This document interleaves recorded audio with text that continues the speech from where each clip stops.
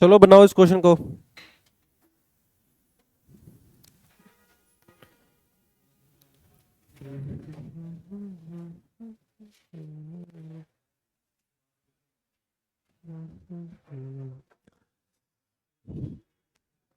खत्म करेंगे इसको आज।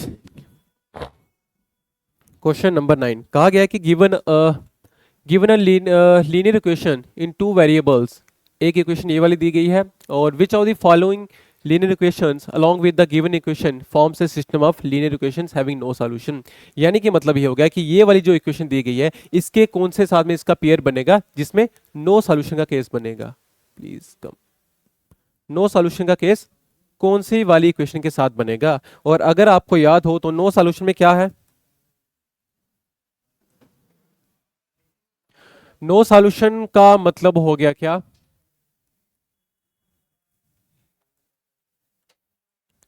नो सॉल्यूशन का मतलब हो गया a1/a2 is equal to b1/b2 but not equal to c1/c2। ठीक है, ये बार बार मैं आपको इसलिए रिमाइंड करवा रहा हूं ताकि आपको याद हो जाए दिमाग में एकदम।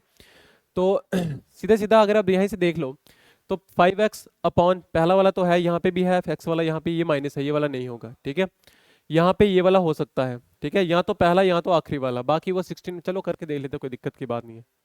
कौन सा वाला है बताओ। पहला वाला ही है। चलो -8 कितना हो जाएगा 0। और मैं पहली वाली अगर इक्वेशन को उठा लूं तो ये आ जाएगा 5x और प्लस 7y -16 कितना आ जाएगा 0 आ जाएगा। यहाँ से काटोगे तो कितना आ जाएगा 5/5 और यहाँ पे आ जाएगा 7/7, ये कितना आ जाएगा 8/16 आ जाएगा। ठीक है, तो ये 1 हो गया, ये भी 1 हो गया। 1 is equal to 1 but not equal to 1/2 हो गया। तो पहला वाला ही क्या आ जाएगा, बिल्कुल सही आंसर आ जाएगा। ठीक है, डी वाला भी हो रहा है। डी वाला भी करके देख लेते हैं। हाँ जी, वो तीनों इक्वल आ रहे हैं। हाँ, यहाँ पे नो सॉल्यूशन है। ठीक है, तो करके देख लेते हैं, कोई बात नहीं। वहां पे आ जाएगा 5 और यहाँ पे आ जाएगा नीचे इसका 10 आ जाएगा, फिर आ जाएगा 7 और नीचे में आ जाएगा 14 आ जाएगा, फिर आ जाएगा 8 अपॉन में क्या आ जाएगा 16 आ जाएगा। तो 1/2, 1/2 और 1/2, तो ये कहाँ पे बनेगा, इनफाइनाइट नंबर ऑफ सॉल्यूशन में। तो ये वाला नहीं होगा, ये वाला क्या होगा, करेक्ट आंसर होगा। ठीक है,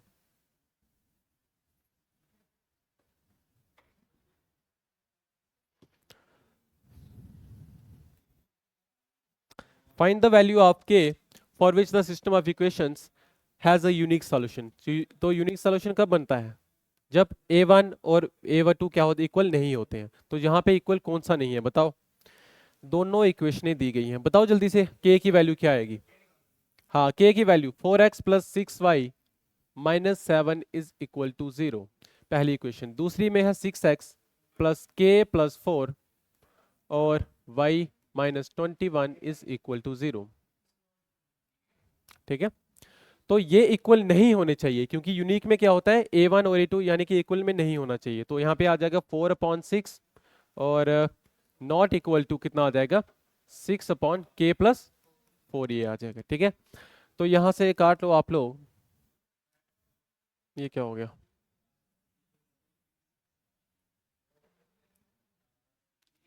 तो यहाँ से काटोगे 2 से काटा 2 में, 2 से काटा 3 में, 2 से काटा कितने में 3 में, यहाँ पे मल्टीप्लाई कर लो तो k+4 is not equal to 9। ठीक है, तो k is not equal to 9 में से 4 के बच्चे कितने 5, तो k की वैल्यू 5 नहीं होनी चाहिए। तो k की वैल्यू 5 नहीं होगी, तो ऑप्शन नंबर बी होगा इसका करेक्ट आंसर।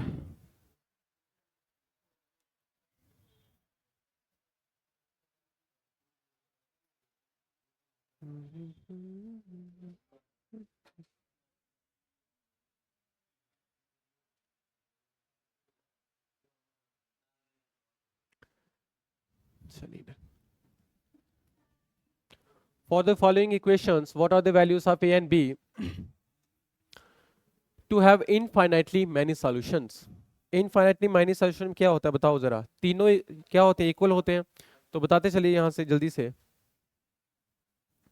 ये आ जाएगा ax plus by -2 is equal to 0, फिर आ जाएगा 3x और -5 -2a y -6 is equal to 0। और तीनों को इक्वल होना चाहिए। तो यहाँ पे आ जाएगा a/3, यहाँ पे आ जाएगा b/-5 माइनस ट्वाइस a, और ये माइनस मैं नहीं लिखूंगा इसके साथ में क्योंकि वो माइनस माइनस कैंसिल हो जाएगा, जहाँ लिख लो कोई बात नहीं। और तीनों को इक्वल होना है तो इसका मतलब क्या हो जाएगा, आपको a और b की वैल्यू चाहिए है ना। तो आप लोग पहले क्या कर लो, यहाँ से पहली वाली और आखिरी वाले को उठा लो, वहां से a की वैल्यू मिल जाएगी, ठीक है, इस वाले और इस वाले को। तो a/3 यहाँ पे क्या आ जाएगा, 1/3 आ जाएगा, इज इक्वल टू 1/3। तो 3 से 3 कैंसिल, a की वैल्यू कितनी आ गई, 1 आ गई। a की वैल्यू जब 1 है आपके पास, a की वैल्यू जब 1 है आपके पास, तो आपको किसकी वैल्यू चाहिए, b की वैल्यू चाहिए। तो b कहाँ पे है, b, अच्छा b यहाँ पे है ना। तो a की वैल्यू इन दोनों को उठा लो फिर, ठीक है, इन दोनों को। तो a की वैल्यू कितनी है, 1 है। तो यहाँ से अगर मैं इन दोनों को उठा लूँ तो यहाँ पे क्या आ जाएगा, 1/3। और b की वैल्यू निकालनी है अपने को, और यहाँ पे आ जाएगा कितना, -5 माइनस 2 इंटू ए। और 2 इंटू ए का मतलब हो गया 2 इंटू 1 कितना आ जाएगा, 2 ही आ जाएगा। ये आ जाएगा 1/3, और b अपॉन कितना आ जाएगा, 5 में से 2 गए 3, और कितना आ जाएगा, -3 आ जाएगा। तो 3 से यहाँ पे काटोगे 3 में, तो b की वैल्यू कितनी आ जाएगी, -1 आ जाएगी। और b की वैल्यू -1 है, a की वैल्यू 1, b की वैल्यू -1। तो ऑप्शन नंबर सी क्या होगा इसका बिल्कुल सही आंसर, ठीक है।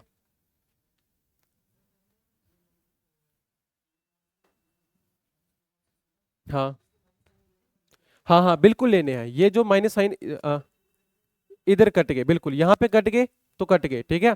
हाँ अगर सुनो, मैंने आपको क्या बताया था, बेसिक इक्वेशन जो होती है वो तीनों पॉजिटिव होते हैं, ठीक है, यहाँ पे माइनस माइनस कुछ नहीं होता। लेकिन जहां पे आपको माइनस वाली इक्वेशन दी गई होगी वहां पे आपने उसका साइन लेना है, ठीक है, बिल्कुल लेना है। कल हो सकता है कल के दिन क्या हो, इसके साथ प्लस हो इसके साथ माइनस हो, ठीक है। तो आपको लेना पड़ेगा, ये वाला इसके साथ माइनस लगाना पड़ेगा, ठीक है। यहाँ पे तो चलो दोनों कैंसिल हो गए, तो वो क्या बन जाएगा, 1/3 बन जाएगा। जब दोनों कैंसिल हो गए फिर लेने की जरूरत नहीं है। हाँ ना ना बिल्कुल, फिर लेने की क्या जरूरत है, मल्टीप्लाई कर लो फिर भी वही आएगा, ठीक है, मल्टीप्लाई कर लो। लेकिन इसके साथ वो साइन लगाना है, ठीक है। यहाँ पे जहाँ पे दोनों है वहां पे तो बता के कैंसिल हो जाएगा, लेकिन कभी हो सकता है कि एक के साथ हो दूसरे के साथ नहीं हो, तो वहां पे आपको इस तरीके से लेना पड़ेगा। पता चला, बताओ, चले नेक्स्ट क्वेश्चन पे। चलो बताओ इसका answer. What conclusion can be drawn about the solution of the following system of linear equation two variables. इन दोनों इक्वेशन में कौन सा ये वाला सॉल्यूशन बनने वाला है, कौन सा बनेगा, 3/2 है, 2/3 है, 7/3, ठीक है। कौन सा बनेगा बताओ, a1/a2 is not equal to b1/b2, कौन सा बनेगा, यूनिक सॉल्यूशन बनेगा। तो ऑप्शन नंबर बी करो टिक, ठीक है। यहाँ पर ले लिखते हैं कि a1/a2 is not equal to b1/b2, क्योंकि 3/2 है और यहाँ पे क्या हो जाएगा, 2/3 हो जाएगा, नॉट इक्वल। तो नॉट इक्वल का मतलब हो गया यूनिक सॉल्यूशन हो गया।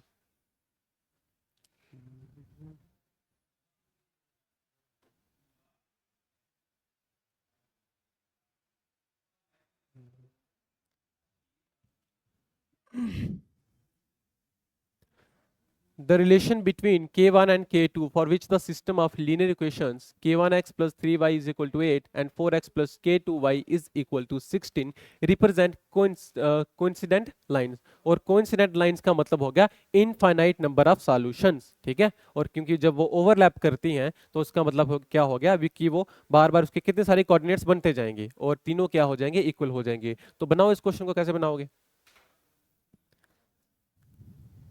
ठीक है। यानी कि इनफाइनाइट नंबर ऑफ सॉल्यूशन बनेंगे, इनफाइनाइट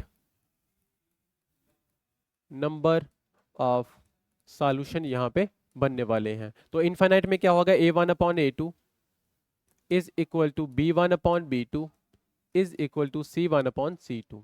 और दोनों इक्वेशन मैं डायरेक्ट यहीं से उठा लूंगा, अगर आप थोड़ा सा ध्यान दे दो। सबसे पहले मैं लिखूंगा k1, और यहाँ पे क्या आ जाएगा, 4 आ जाएगा इसके साथ में दोनों इक्वेशन में। और यहाँ पे आ जाएगा b1, तो b1 की जगह पे आ जाएगा 3, और फिर आ जाएगा k2 आ जाएगा, और आखिरी वाला आ जाएगा कितना आ जाएगा। तो इसको देखो, अब यहाँ पे 8 है, इस तरफ लेके आओगे तो माइनस में 8 आएगा, ठीक है। और इस 16 को यहाँ पे लेके आओगे तो माइनस में 16 आ जाएगा, ठीक है। तो वो माइनस माइनस कैंसिल हो जाएगा, चाहो तो लिखना, चाहो नहीं लिखना चाहो तो आपकी मर्जी है। बाकी मैं लिख देता हूँ ताकि आपको बाद में समझ में आ जाए। -8 अपॉन कितना हो जाएगा, 16 हो जाएगा।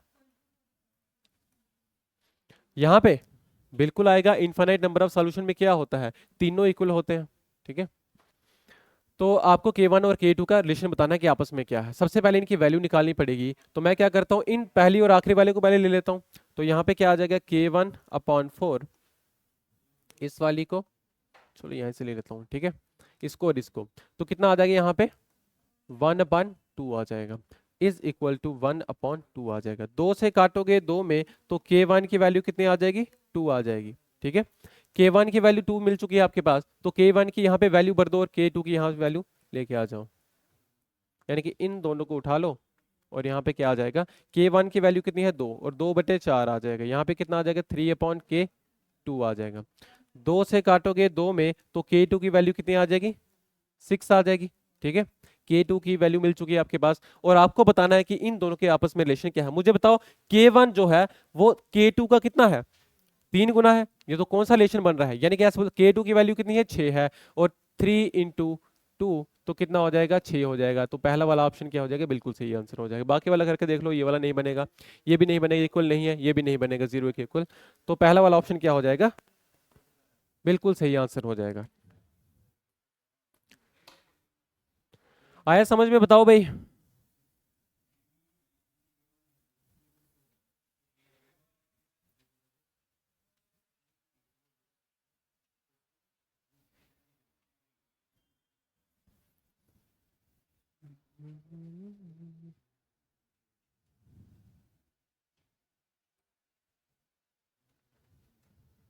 कर दूं आगे, चलिए। Which of the following is the sum of the values of a and b if the equations have infinite solutions? बताओ ये क्वेश्चन आप लोग करो। 1 मिनट है आपके पास, 1 मिनट हालांकि ज्यादा है, 30 सेकंड भी बहुत है।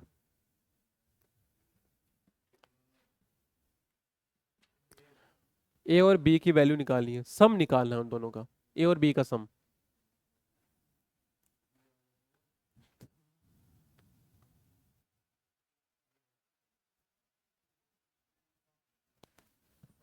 कितना आएगा, 7 आएगा, चलो देखते हैं।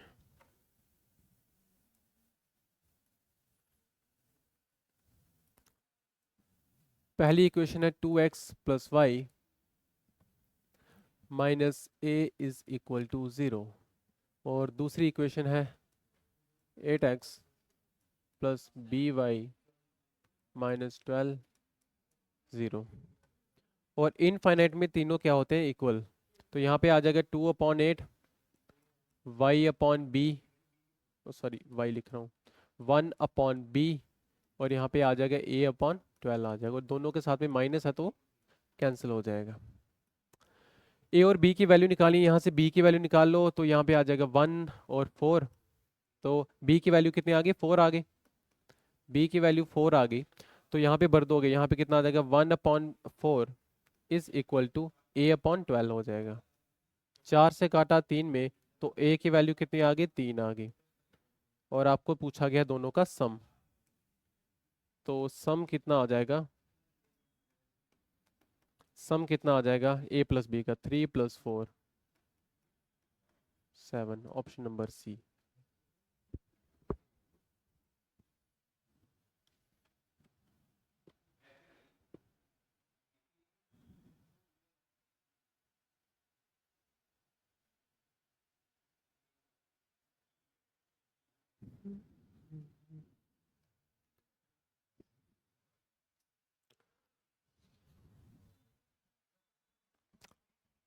Forward the value of k the system of equations has no solution. तो नो सॉल्यूशन में क्या होगा, a1 और a2 की वैल्यू क्या होगी, सेम होगी, यानी कि पहले वाले दो सेम होंगे, आखिरी वाला नहीं होगा। तो पहली वाली इक्वेशन दी गई है क्या, kx माइनस 15y और +7 is equal to 0, 7x minus 21y minus 19 is equal to 0, और नो सॉल्यूशन में पहले दोनों इक्वल होंगे, और आपको k की वैल्यू पता करनी है, तो इन दोनों को इक्वल कर दो, यहाँ पे आ जाएगा k/7 15/21, 7 से 3 में, 3 से 5 में के की वैल्यू कितनी है? 5।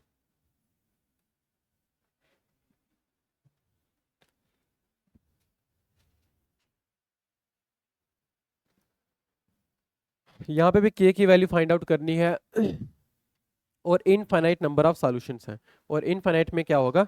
तीनों इक्वल होंगे। कितना आ गई वैल्यू? इसका कितना आ रहा है? 15 आ रहा है। वेरी गुड, क्या बात है। 4x plus 12y plus 36 equal to 0, और 5x plus ky plus 45 is equal to 0। तीनों को इक्वल होना चाहिए, तो यहाँ पे आ जाएगा 4/5, 12/k और 36/45 आ जाएगा।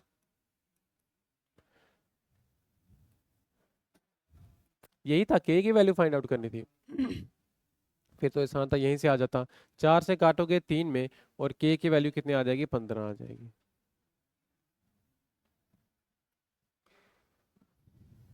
हम्म,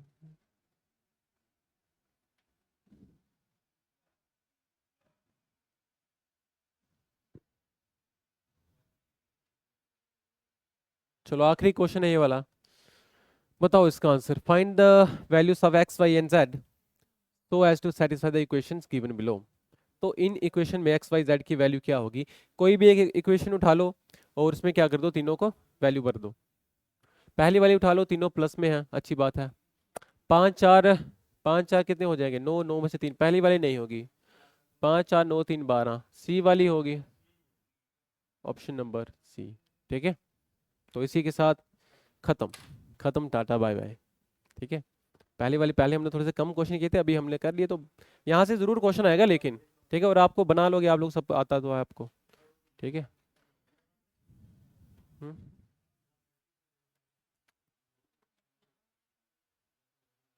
अब सैटरडे को आपका टेस्ट है ना, और प्रोबेबिलिटी का, तो वो अच्छे से देना। और प्रोबेबिलिटी के क्वेश्चन थोड़े ज़्यादा आते हैं, आपको पता ही है, तो अच्छे से करना। ठीक है, और मंडे को हम एक पेपर डिस्कस करेंगे, प्रीवियस ईयर पेपर, जेके एसएसबी का ही। ठीक है, एक वीएलडब्ल्यू का जो पेपर हुआ वो वाला करेंगे, और एक जो कुछ कौन सा था वो, लेबर कोड वाला कुछ था, एक सुपरवाइजर वाला कुछ था। ठीक है, उसमें भी अच्छे क्वेश्चन पूछे गए थे, तो वो भी मंडे को डिस्कस करेंगे। एक मंडे को अगर कर लेंगे, एक वेडनेसडे को या थर्सडे को, जब भी होगा बीच में क्लास में, प्रीवियस ईयर पेपर करेंगे अब हम बीच में। फिर आपके थोड़े से प्रैक्टिस सेट भी हो जाएंगे। और अगर अब थोड़ी सी आप लोग कोशिश करिए कि फुल मॉक टेस्ट की तैयारी करो। ठीक है, हो गया सिलेबस ऑलमोस्ट, हो गया मुझे लगता है, थोड़ा सा ही रह गया। चलो, आपको रिवीजन की अभी ज़रूरत भी होगी ना, महीने के बाद भी हो जाएगा अब। हाँ, इस मंथ, चलो इस मंथ के मतलब नेक्स्ट मंथ शुरुआत में फिर फुल मॉक टेस्ट, है ना। हफ्ते में 2 मॉक टेस्ट बहुत होते हैं, उसके साथ में रिवीजन। ठीक है, जो चीज़ें बैक आपको नहीं समझ में आ रही हैं, उसको फिर रिवीजन करना आप साथ साथ में। ठीक है।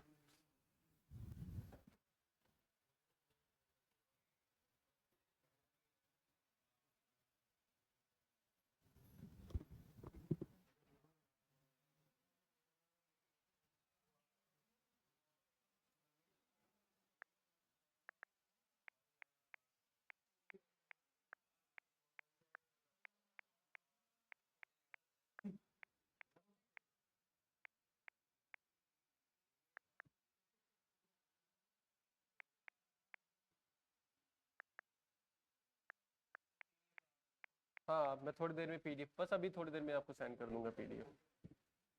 क्या डेट है आज? 9 अप्रैल।